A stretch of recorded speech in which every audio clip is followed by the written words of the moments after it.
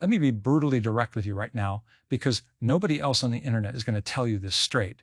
While you've been sitting on your hands watching NVIDIA go up and down like a yo-yo, arguing about whether to buy the dip or wait for a correction, the single largest government-backed infrastructure trade of the last 50 years has been quietly assembling itself right in front of your face. Donald Trump just signed an executive order that is redirecting trillions of dollars into a sector that most retail investors cannot even spell, let alone own. The American power grid is collapsing under the weight of artificial intelligence, and the government has just declared an emergency and written a very large check to fix it. The investors who understood this 6 months ago are already sitting on gains of 50%, 100%, even 200%. The investors who are hearing about it for the first time from me today still have a window, a closing window, and the investors who click away from this video to go back to their Reddit threads and their CNBC panels are going to spend the next 2 years watching other people get rich from the trade they ignored. So close the other tabs, sit down, and pay very close attention to what I am about to tell you. Before I give you the names, the numbers, and the framework that Wall Street uses to find these trades before Main Street wakes up, I need you to do one thing. Hit that subscribe button. Right now. Not because I am asking nicely. I am not a nice person when it comes to your financial future, but because what I am going to lay out in this video is the kind of intelligence that institutional investors pay analysts 6 figures a year to produce, and you are getting it absolutely free. Every week I bring you the data, the tickers, and the framework. If you are not subscribed, you will miss the next one, and the next one will matter just as much as this one does. Let us start with the problem, because if you do not understand the depth of the crisis, you will not understand the magnitude of the opportunity. America's power grid was built in the 1960s. Think about that for a moment. The engineers who designed the foundational infrastructure of the American electrical system were building it to handle refrigerators, air conditioners, and television sets. They were not building it to handle tens of thousands of artificial intelligence supercomputers running at full capacity 24 hours a day, 7 days a week, 365 days a year without pause. And yet that is exactly what we are now asking this 60-year-old system to do. AI data centers today consume the same amount of electricity as 57 million American homes. Not a district, not a city, 57 million homes. That is more than the entire residential electricity demand of California, Texas, and New York combined. And by 2030, which is not some distant science fiction horizon, that is 4 years from now, that number is going to more than double. The demand curve is not linear, it is vertical. And the infrastructure that is supposed to serve it is not just old, it is failing. 70% of America's electrical transformers, those large metal boxes you see humming on telephone poles and sitting inside electrical substations, are over 25 years old. They were designed with a specific service life in mind, and most of them have already exceeded it. They are running past their operational limits every single day. And every new AI data center that comes online puts additional strain on a system that was already at its breaking point. Before the artificial intelligence era began, the grid was never upgraded. The way our phones were upgraded, the way our cars were upgraded, the way our computers were upgraded, while consumer technology went through 40 years of iterative revolutions, the infrastructure underneath it sat largely untouched, and now the bill has come due. The gap between what the grid can deliver and what AI demands of it is not a minor inefficiency that can be patched with a software update.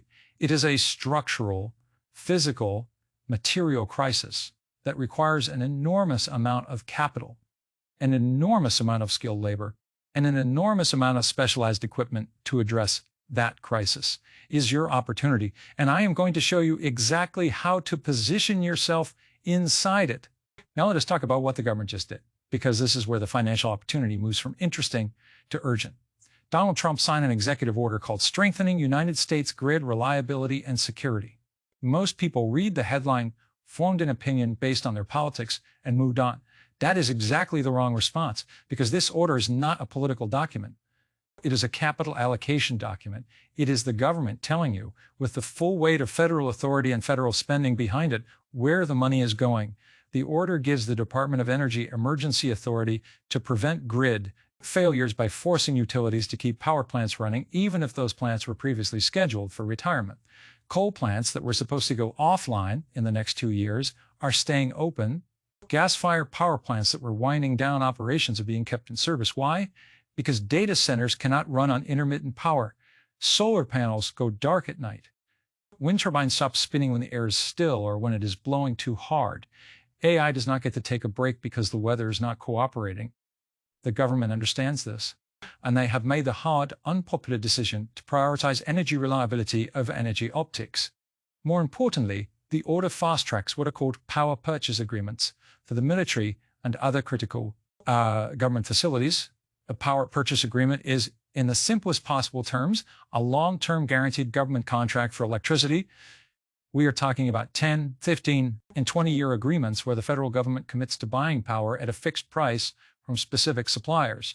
From an investment standpoint, a government-backed power purchase agreement is about as close to guaranteed revenue as a private company can get short of being the Federal Reserve. You cannot cancel a military power contract because the quarterly numbers disappointed you. On top of the executive order, the administration has committed $1.4 trillion to rebuild the grid from the ground up. That is double the total grid investment of the last decade, deployed in a compressed time frame. There is also a specific program called the Spark Initiative, which directs $1.9 billion specifically toward upgrading transmission lines, the physical copper and aluminum conductors that carry electricity from where it is generated to where it is used. When a government writes a check for $1.4 trillion and tells you exactly where it is going, the correct investment response is not to debate the policy. The correct response is to find the companies that are going to cash those checks and buy them before the crowd figures out what is happening.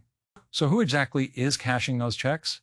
Let me walk you through the 5 sectors that are positioned to receive the bulk of this capital, and I am going to give you specific companies with specific numbers because I do not deal in vague, thematic nonsense. I deal in data. The first sector is off-grid power generation, and this is the most immediately explosive opportunity in the entire theme. Here is the situation. If you are Google or Meta or Oracle, and you need to build a new AI data center right now, you cannot wait for a grid connection. Getting approval for a new high-capacity grid connection takes between 5 and 10 years. You have to get environmental permits, you have to wait for the local utility to upgrade their lines, you have to wait for substations to be built, and you have to navigate a regulatory process that was not designed for the speed at which artificial intelligence is scaling. 5 to 10 years is an eternity when your competitors are deploying new AI capacity every 6 months. So what are these companies doing? They are building their own power plants. They are going completely off-grid. They are buying fuel cells, contracting for small modular nuclear reactors, and installing gas generators directly adjacent to their data centers so they never have to touch the grid at all. This is genuinely unprecedented at this scale, and it is creating explosive demand for a very small number of specialized companies. Bloom Energy, ticker symbol BE, makes what are called solid oxide fuel cells. Think of them as highly efficient electrochemical generators that run on natural gas and sit directly next to a data center, producing electricity on-site without needing any grid connection whatsoever. Bloom just signed a deal with Oracle to provide power equivalent to what 2 million American homes would consume just for Oracle's data centers. The stock is up 105% in 6 months because institutional money saw this coming and positioned accordingly. Then there is Oklo, ticker symbol OKLO, which is building small modular nuclear reactors, compact factory-built nuclear power plants that can be deployed on-site at a data center and provide completely carbon-free, completely reliable baseload power 24 hours a day. Oklo just signed a partnership agreement with Meta to power their Ohio data center operations. Microsoft, Amazon, and Google are all exploring identical arrangements. And if nuclear is coming back, which it clearly is, then every reactor needs uranium, and uranium supply is currently very tight because nobody was building new reactors for the last 15 years, so nobody was opening new uranium mines. Cameco, ticker symbol CCJ, is one of the largest uranium producers in the world, and the supply-demand imbalance for uranium fuel is only going to get more severe as reactor construction accelerates. The second sector is the physical grid builders, the companies that actually pick up the tools and build the infrastructure. The single most important metric to understand when evaluating these companies is not their revenue and it is not their earnings per share. It is their backlog. A backlog is not a forecast, not a projection, not an aspiration. It is signed contracts for work that has already been sold and must be completed. Quanta Services, ticker symbol PWR, is the largest grid infrastructure contractor in North America. They build high-voltage transmission lines, electrical substations, and the supporting infrastructure that connects generation to consumption. They currently carry a $44 billion backlog. That is 3 full years of revenue that is already contracted and legally committed. They just signed an additional deal with NI Source to build 3 gigawatts of new grid capacity. The stock is up 43% in 6 months, but history tells us that when a backlog this size is growing, the stock move is rarely over. MasTec, ticker symbol MTZ, builds both electrical power lines and natural gas pipelines. And that combination matters because the government is keeping gas-fired plants running, which means gas pipeline infrastructure is going to see expanded demand alongside the electrical grid buildout. Argon, ticker symbol AGX, designs and builds new power plants from the ground up, which positions them perfectly as the government contracts for new generation capacity. And Comfort Systems USA, ticker symbol FISX, provides the mechanical and electrical contracting work for data center construction itself, the cooling systems, the electrical distribution, the execution work that every single new data center requires before it can operate. And the third sector is specialized components. And this is the picks and shovels play. Within the picks and shovels play, every data center, every substation, and every upgraded transmission line requires the same set of specialized equipment: power modules, switchgear, circuit boards, cooling systems, and transformers. There are only a handful of companies in the world capable of manufacturing these components at the required specification and scale, which means pricing power is extremely high and competition is essentially non-existent. Vicor Corporation, ticker symbol VICR, manufactures power conversion modules, the components that take raw electrical power and convert it to the precise voltage and current specifications that AI chips require. Every NVIDIA GPU, every AMD accelerator, and every custom AI chip needs power conversion, and Vicor is among the best in the world at building it. Powell Industries, ticker symbol PWRL, makes switchgear and electrical distribution equipment. These are the industrial circuit breakers and power routing systems that control and protect the electrical flow inside data centers and substations. Vertiv Holdings, ticker symbol VRT, makes thermal management and liquid cooling systems for data centers. AI chips generate extraordinary amounts of heat, and conventional air cooling has already reached its practical limits. Vertiv's liquid cooling systems are becoming a mandatory component of every new high-density AI computing installation, and their order book reflects it. The fourth sector is raw materials, and specifically aluminum and copper, because you cannot rebuild a power grid without the physical conductors that carry the electricity. Transmission lines are made of aluminum. Transformers are wound with copper. Wiring throughout every data center and substation is copper. The demand for both metals is going to be structurally elevated for the next decade. And the Trump administration's tariffs on imported metals are creating an additional advantage for domestic producers by effectively raising the floor on domestic metal prices. Alcoa, for example, has largely sat out the run-up that some smaller aluminum producers have experienced, which makes it an interesting second-chance entry into a sector that still has a long runway ahead of it. And the fifth sector, uranium, which I have already touched on through Cameco, deserves emphasis on its own because the nuclear renaissance is not a trend. It is a policy commitment backed by corporate capital from the largest technology companies in the world, and the fuel supply for that renaissance is constrained in ways that will take years to resolve. Now, I want to give you the framework because the names I just gave you are the fish. What I actually want to give you is the fishing rod so you can find the next trade yourself before everyone else figures out what is happening. The framework has 3 steps, and all 3 of them depend on one foundational discipline: follow the money, not the media. Step 1 is identifying a macro trend that is undeniable, not speculative, not possible, not what some analyst thinks might happen, something that is already happening at a scale too large to reverse. AI needs power. The grid cannot supply it. The government has committed over $1 trillion to fix it. Data centers are being built right now. None of those 4 statements is debatable or reversible. That is your macro foundation. Step 2 is finding the companies that benefit from that trend through signed contracts and growing backlogs, not through revenue projections or management guidance. I learned this watching how institutional money actually moves. They do not buy stories, they buy certainty. And a backlog is the closest thing to certainty that a publicly traded company can offer you outside of a government bond. When you see a company like Quanta Services reporting a $44 billion backlog that is expanding quarter over quarter, that is not a bet. That is a visibility event. You know the revenue is coming. You know the work is contractually obligated. And step 3 is acting when the data is already public, but the mainstream has not yet aggregated and processed it. The executive order was public. The backlog numbers are reported every quarter, and available to anyone with an internet connection. The stock price movements were visible in real time on any free charting platform. None of this was hidden.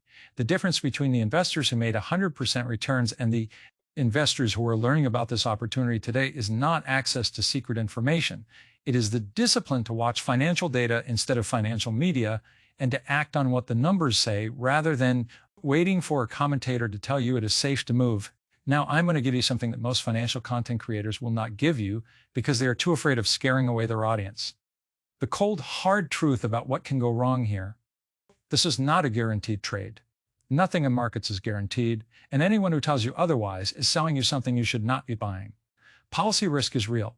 Executive orders can be challenged, modified, or reversed. A change in administration 4 years from now could shift energy policy in ways that reduce the tailwind for some of these sectors, though the infrastructure deficit itself is so severe that the private sector demand from tech companies alone will sustain significant build-out activity regardless of who sits in the White House. Valuation risk is also real. Several of the stocks I mentioned have already had significant run-ups. And when a stock has doubled in 6 months, you need to be honest with yourself about what expectations are now baked into the price. Buying after a 100% move requires more discipline, not less. Because your margin of safety has compressed, you need to understand what the company is actually worth based on its earnings and backlog, not just what the momentum has carried it to. Concentration risk is real. If you put your entire portfolio into one sector because you believe in a theme, you are not investing. You are gambling with extra steps. The framework I described is designed to help you find positions within a theme, not to tell you to liquidate everything else and pile into power grid stocks. Position sizing, diversification, and clear exit criteria are not optional accessories to an investment strategy. They are the strategy. Know what you own, know why you own it, know at what price the thesis changes, and be willing to exit without emotion when the data tells you the opportunity has run its course. Here's where we land, and I'm going to make this as simple and as direct as I know how to make it.